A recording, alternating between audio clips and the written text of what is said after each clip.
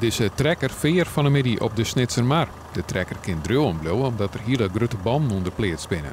Bate Wienja riet de trekker het water op. Hij wil met deze actie zien laten dat machinebanden en grote trekkers goed omgaan kunnen met wateroerlijst op het loon. De grap van dit project is eigenlijk om aan te tonen dat wij met banden zoveel draagkracht realiseren kunnen, dat we gewoon over het water heen kunnen, dat we varen kunnen, dat we drogen kunnen. En daarvoor hebben we eigenlijk dit project eigenlijk bedacht, om dat aan te tonen. Wij gaan het water op, we hebben het uitproberen.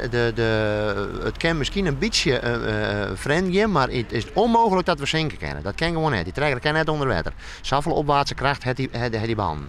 Net elke gebruiker is er voortdurend vertrouwd mee. Het is wel wat onnatuurlijk natuurlijk. No? Normaal gesproken blijven ze 4 maal bij de veert waaien. En dan maar voor de veert in. Dus ik had dat proberen, werd al niet, maar testen. Maar ik zei, dit is niet project, daar was het dus van. En dan vlucht je met water in. De demonstratie op de Snitsermar is goed voor hem.